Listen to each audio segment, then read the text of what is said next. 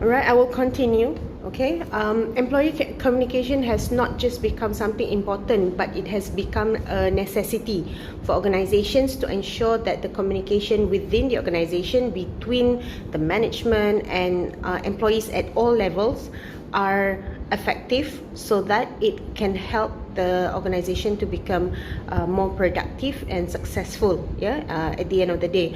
Now, almost always we see these outcomes are in forms of things that are intangible, that cannot be seen or measured directly, but it affects the organization in the long run. For example, it may be able to help the organization to increase the sale at the end of the day, to increase their profit, or to get a higher return on investment, for example. Although whatever that they are doing now may seem irrelevant to those things that is in numbers in terms of monetary, however, it does affect the outcome, because it affects the productivity of the employees. So support and loyalty from within the organization, among the employees towards the management, is very important, right? So that we have discussed in the class last week, right?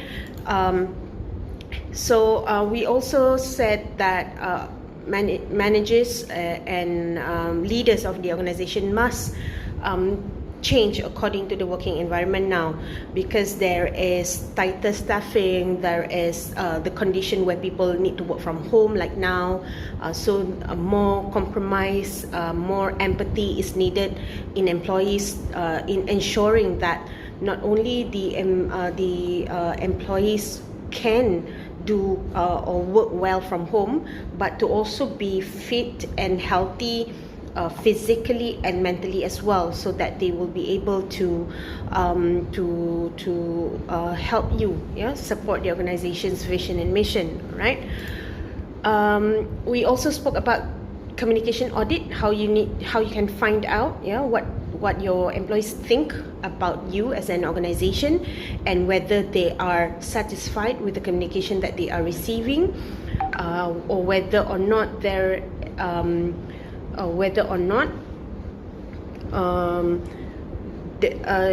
should there be maybe an improvement or a change in the communication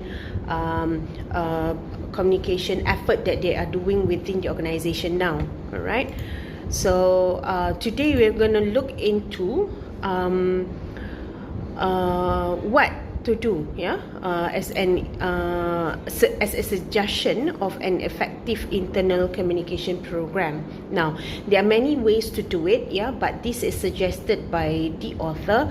Some or most of it are very relevant even now, but I may add in a few more things that may not be in the textbook or in the slide, but over the past 1 or 2 years, we feel that there is a need to do so because of the current working environment that we are in now.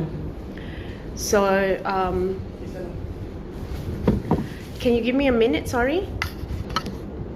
All right. So once you find out what you really need to do from the communication audit that you have done previously, the outcome of the audit will show you what you actually need, or what if there is, remember we talked about infrastructure that may need upgrade, or you may need to do the communication ataupun the program, change it entirely. So it depends on the outcome of the communication audit. All right, so once the goals, you have decided on what you want to do or what needs to be done, once the goals for an internal communication program are established and the decisions made about the function, where the function should report, so your program is already it's ready for implementation. All right, now in some organizations, smaller ones, internal communication may be part of everyone's job, since the ideal method of communicating with employee is one-to-one or in meetings with a small group of employees. Now, it seems pretty much easy yeah, or easier to do in small organizations, but it may becomes a complex communication plan when it comes to bigger ones. So it really depends on the size and the density of the organization. All right, some may be able to use only one or two methods, which is to them may be sufficient enough for an effective communication, but most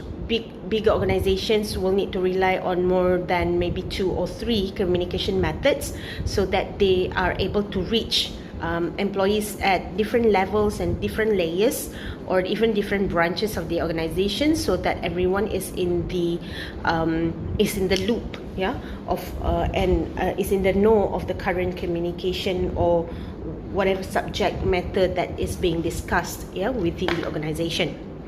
All right, so one of the first things that needs to be done is, of course,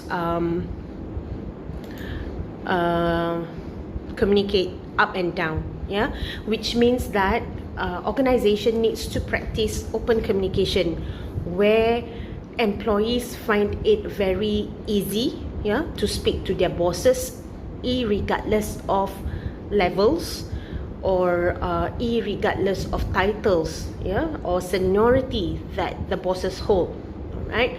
However, of course, yeah, all this will also rely on ethics in communication, will also rely on professional communication. It means that with, you know, you use different tones with different people. The way you communicate with your bosses and your peers of the same levels are also different.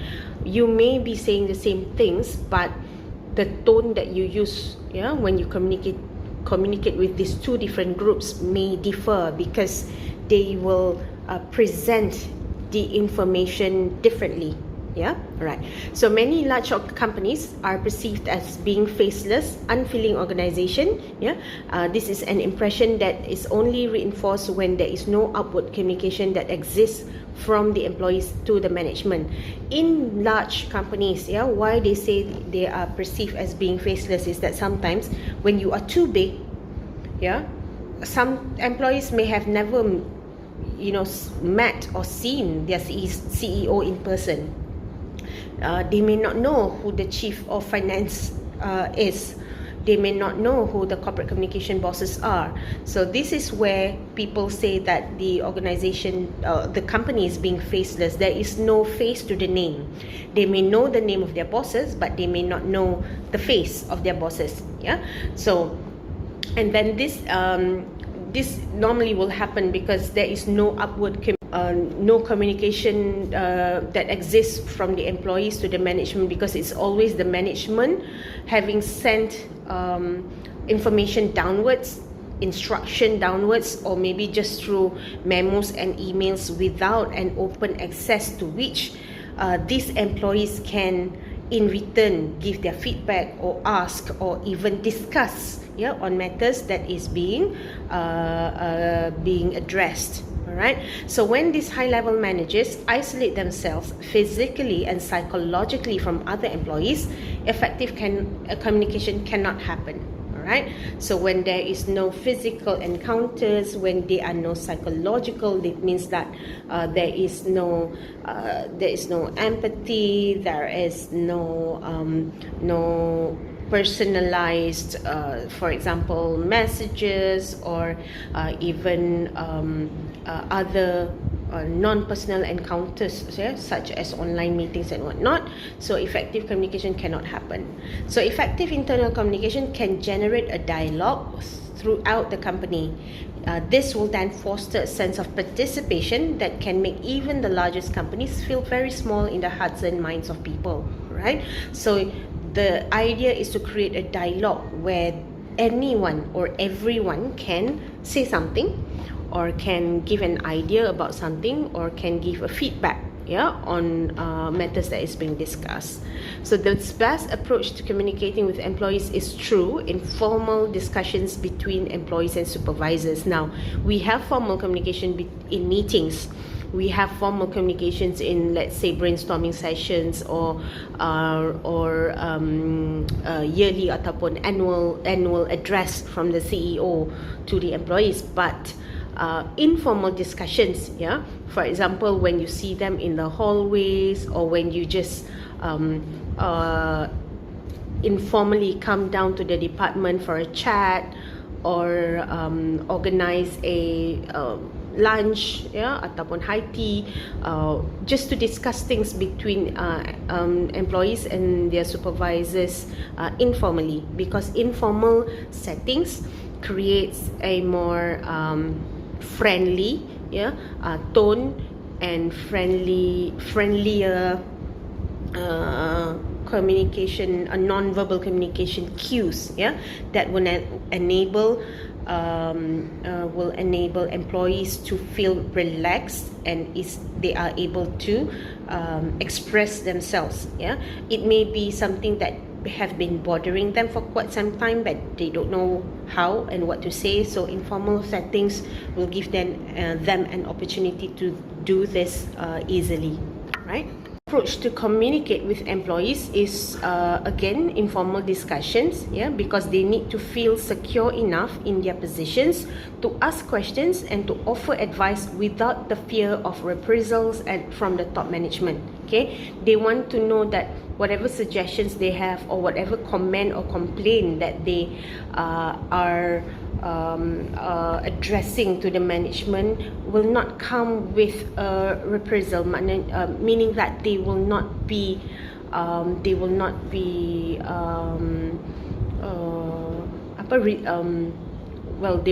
be subject, yeah, to let's say a lower score in their appraisal, or worst case scenario, get fired, etc. Right? And respecting employees as well as listening and interacting with them form the basis of an effective internal communication program. Of course, respect, yeah, and then being a good leader is not just about speaking and talking all the time. It is also about listening.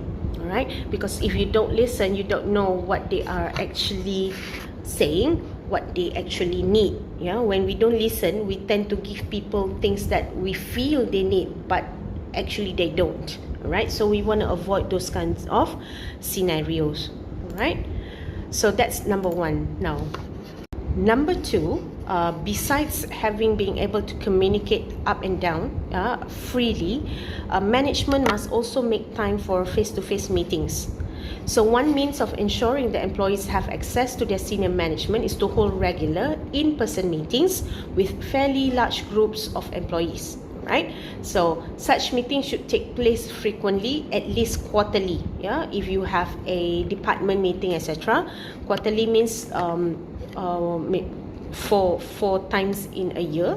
Yeah, and should be used as the opportunity for management to share company's results and progress on key initiatives. Now, sometimes face-to-face, in the current scenario, may not be physically face-to-face, but you can have online town hall, for example, is also a form of face-to-face meetings, yeah, where you are present virtually, and to be able to talk to a large group of people. Yeah, for example, an online meeting can have more than 100 people at a time. All right, in the current setting, and then it also allows everyone to have an opportunity to speak. Yeah. Freely. If not face to face, they can type in the chat box, for example, if they do not have confidence to voice it out face to face, even though it's virtual. So they have the opportunity to type it in the chat box and get their information being recorded, as well as feedback. All right, so most such meeting, in those kind of meetings, is where sometimes organizations present the current progress or the financial performance of the organization. And then because when this is done periodically, people know that perhaps they need to achieve more to achieve their KPIs at the end of the year. Perhaps you want to announce that they have only fulfilled 50%, so they need another 50% in the next 2 quarters to achieve the performance index for the year. So when it is done progressively like this, people know that, at this point of time I'm here, this is what I need to do to get to that point, the other point. All right. And most importantly, such meetings should provide employees with an opportunity to ask questions to the management in an open forum, as I have mentioned just now. Topics can, this type of gatherings, should be limited. Then it means that you don't need to solve the world problem entirely here, because when it's face to face, you cannot have meeting for more than maybe 2 hours max. Okay, so it should be limited. Then trying to tackle everything that is going on in the company, managers should survey employees beforehand to find out what is most important to them. So maybe a few days prior to the face-to-face meeting set up, you want to send out a survey and ask them what they want to talk about, so that if you can have a majority of the votes in, then you may find that there are certain topics that people want you to say, so you pick up that topic, and then the others can be addressed in a different meeting if it's not important. All right. So certainly, large-scale events are an effective means to reach out to the greater number of employees at one time, but managers should not overlook the importance of also meeting with employees in a smaller group. Okay, yes, you may have your virtual meetings with hundreds and hundreds of employees, but smaller ones, within the department or within a certain unit, is more important to address specific issues, especially when there are problems to be tackled. Smaller groups of meeting face to face is a more effective way to resolve the problem. So if they are seeking feedback or opinion about key initiatives, managers may find that employees are more forthcoming when not in a large group setting, because they sometimes people lack confidence to talk when there are hundreds of people watching. So smaller groups become more effective, and smaller groups are also more conducive to resolving specific problems. All right. So that's number 6, is to communicate online. All right. Now, intranet, of course, provide a new channel through which company can reach their employees very quickly and broadly with important news on events and key management initiatives. Sometimes in an office we use an intranet. This was like many years ago, but now internet also provides the same platform for organization to use to reach their employees quickly.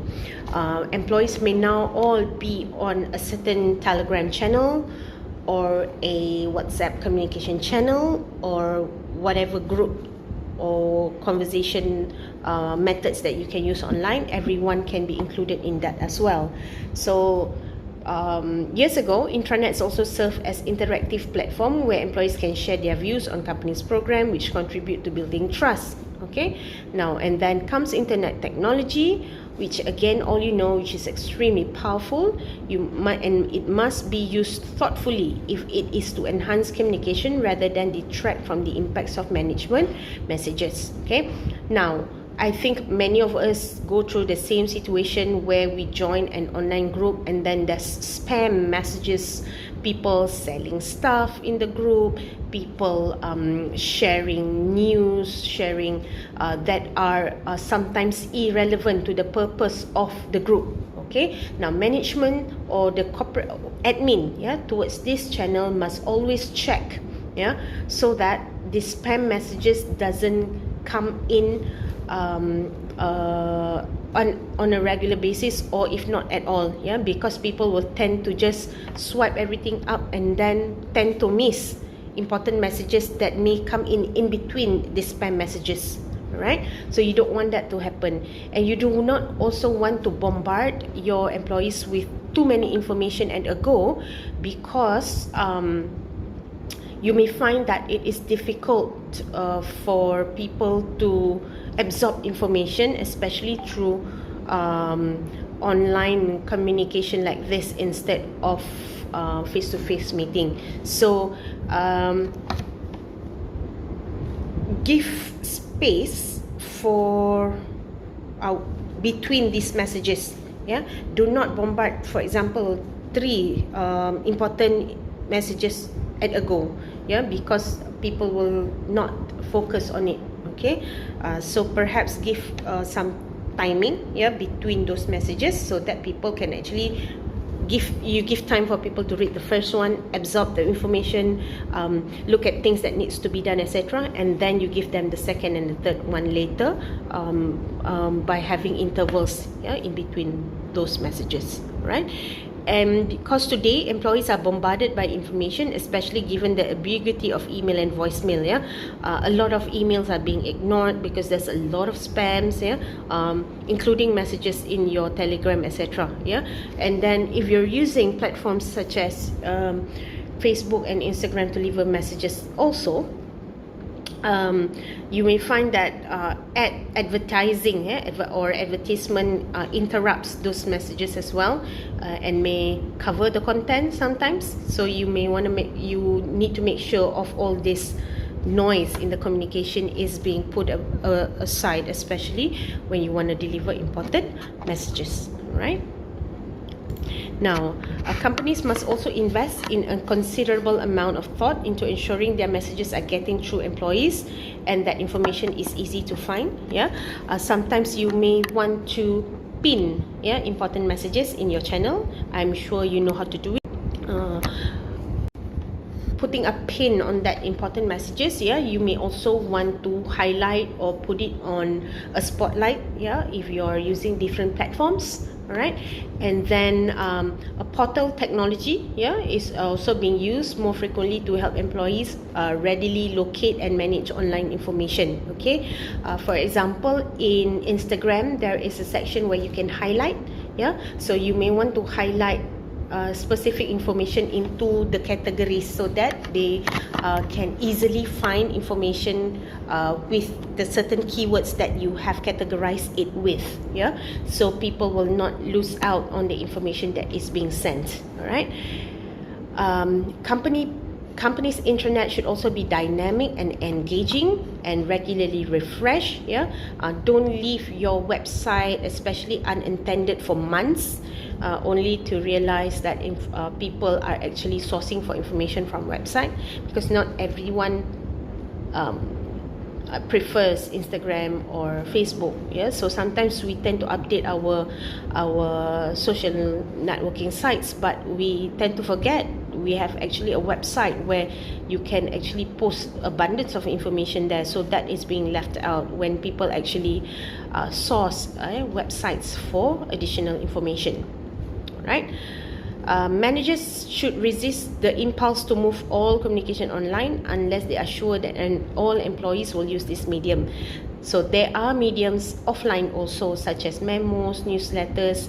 You may not want to forego that entirely, because not everyone is comfortable, yeah, with online communication, especially if you have employees who are seniors, yeah, who has been there for years and years, that may not be receptive towards information dissemination through online or online channels. Yeah, so an effective internal communication strategy must focus on both content and channel. So recognizing that the use of multiple channels, as I have mentioned, you may want to use both online and offline channels to cater to all your employees, right?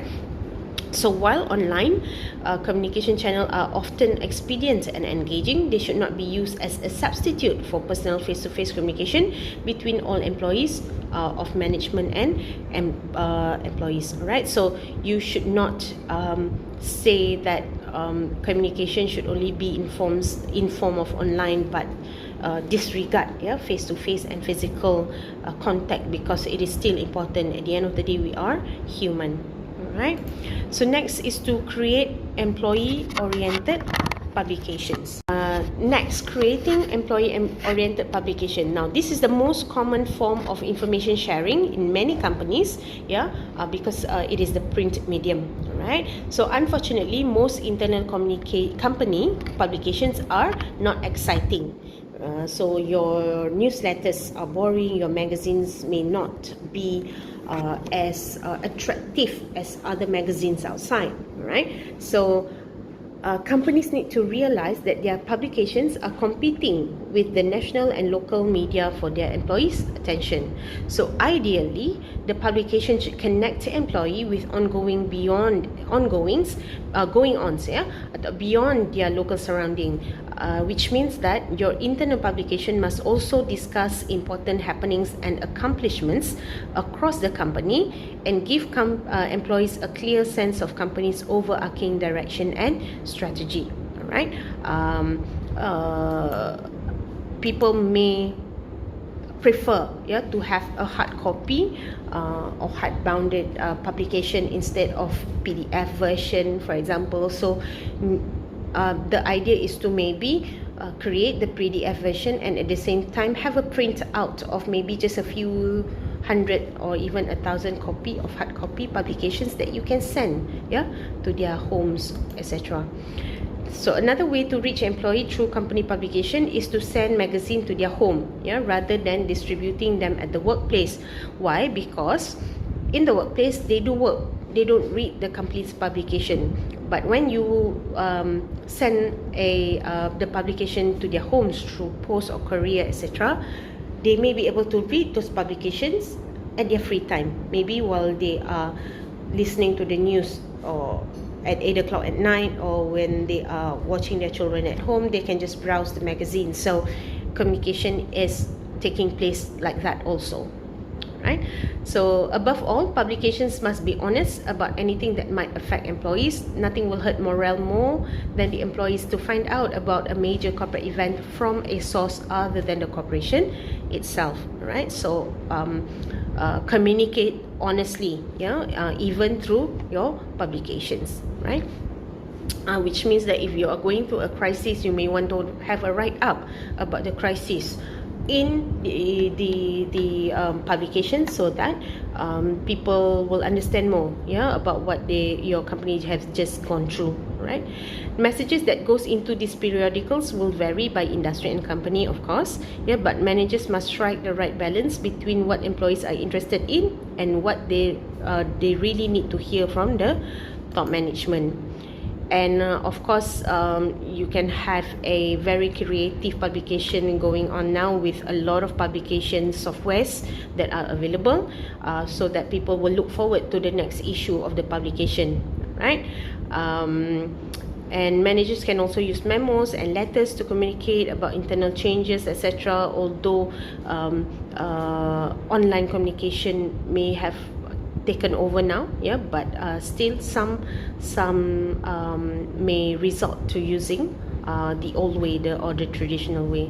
So this written communication should come out frequently enough so that the employees do not feel that it is unusual, but they should not come out so often that they stop hearing the management messages. Again, the time and the balance between delivering those messages must be kept well. Now, next is to communicate visually, right? Most large corporations have elaborate television studios with satellite capabilities staffed by professionals. So such sophisticated systems are the best mechanisms for communicating with employees through visual channels, right? So managers should not see these expenditures on such communication as a wasteful, but rather an investment, So in many offices now, you see flat screen TV, and crawlers, digital crawlers that is placed in many different locations, and then it projects information in a form of maybe posters, or now a lot of people do infographics, videos, and also things like animated videos to deliver information. So this type of flat screens or even crawlers should be placed in multiple locations where people gather, for example at lifts, in cafeteria or libraries or pantry, so that when people take time off work, they can still receive information, and it is not too much for them because it is projected for a certain period of time, and then it changes and then it appears again, for example. Right?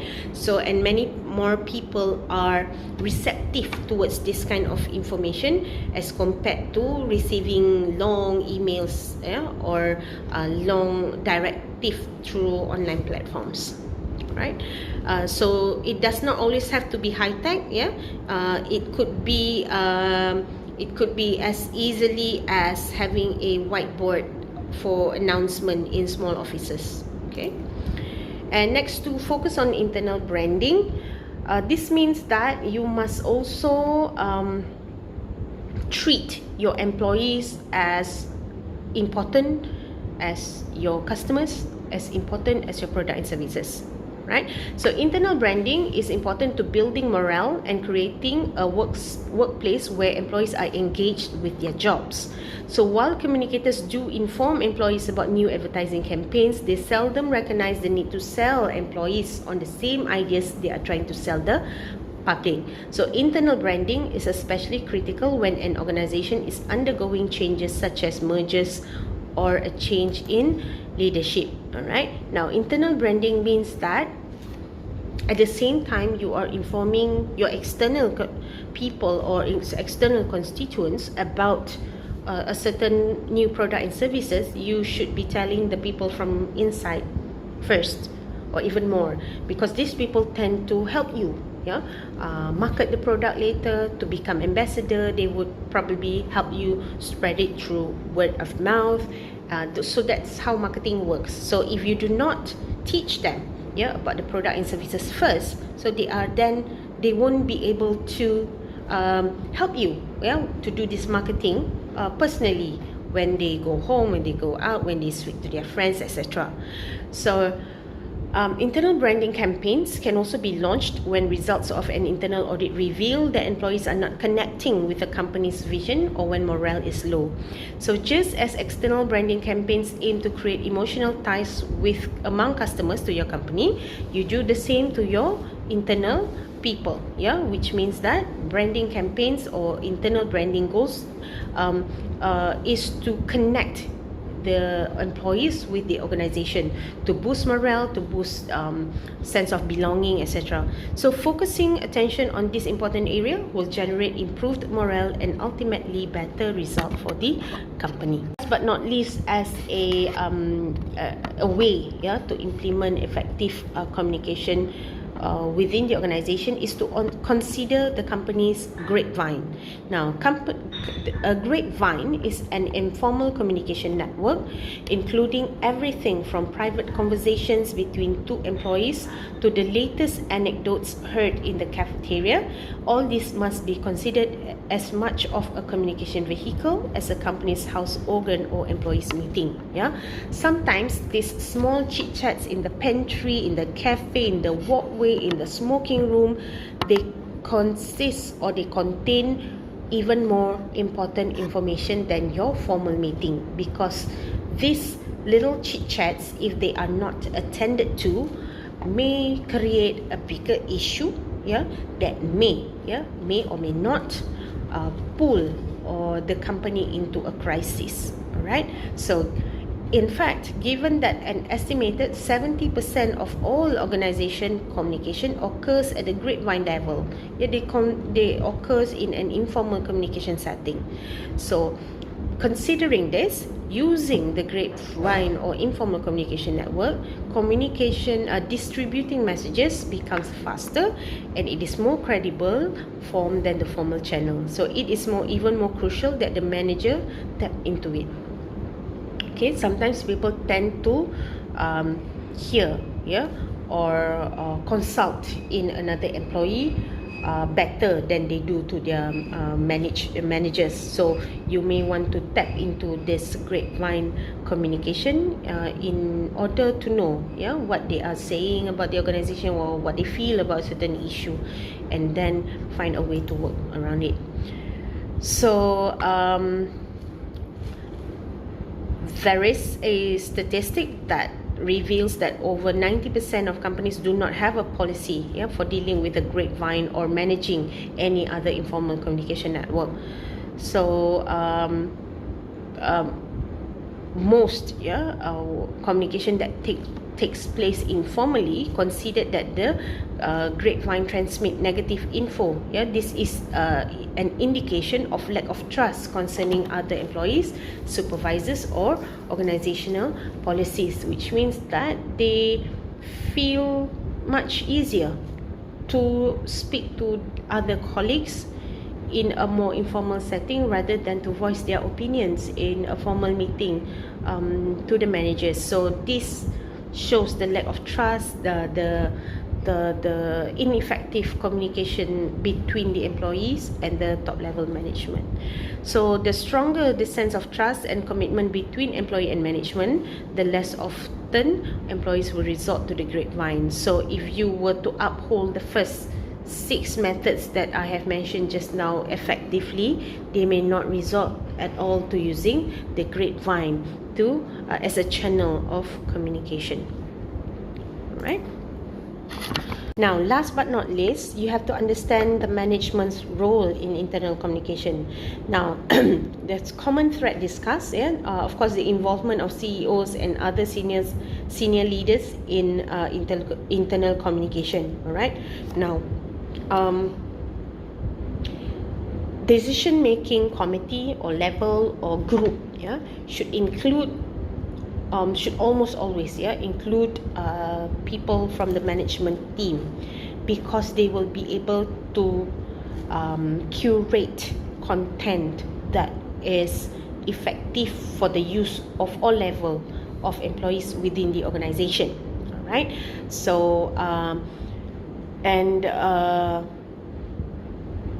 this kind of communication will also become effective when you include leaders from all groups of department in the organization, so that no single department will be left out. No single department will feel alienated, etc. Right? This is also important when you have other senior leaders in the communication, because these people are culture carriers and visionaries within a company, and all communication related to the organizational strategy starts with them. So if you have senior advisors, people who have been in the organization for more than maybe 10-20 years, they have vast experience in dealing with matters within the organization, so their opinion matters. And sometimes they become a reason why people would succumb to certain decision because the seniors are in support of it. So physical presence and interaction are also important start. So senior managers need to work closely with internal communication professional to ensure that messages are received and, most importantly, understood by all employees. So to achieve this micro level understanding of what strategic goals and initiative means to individual, internal communication professionals should work with frontline managers to make messages relevant to the employees who report directly to them. So technically, the involvement of management's leaders of a certain department in the internal communication effort will guarantee a more effective communication mechanism put in place within the organization.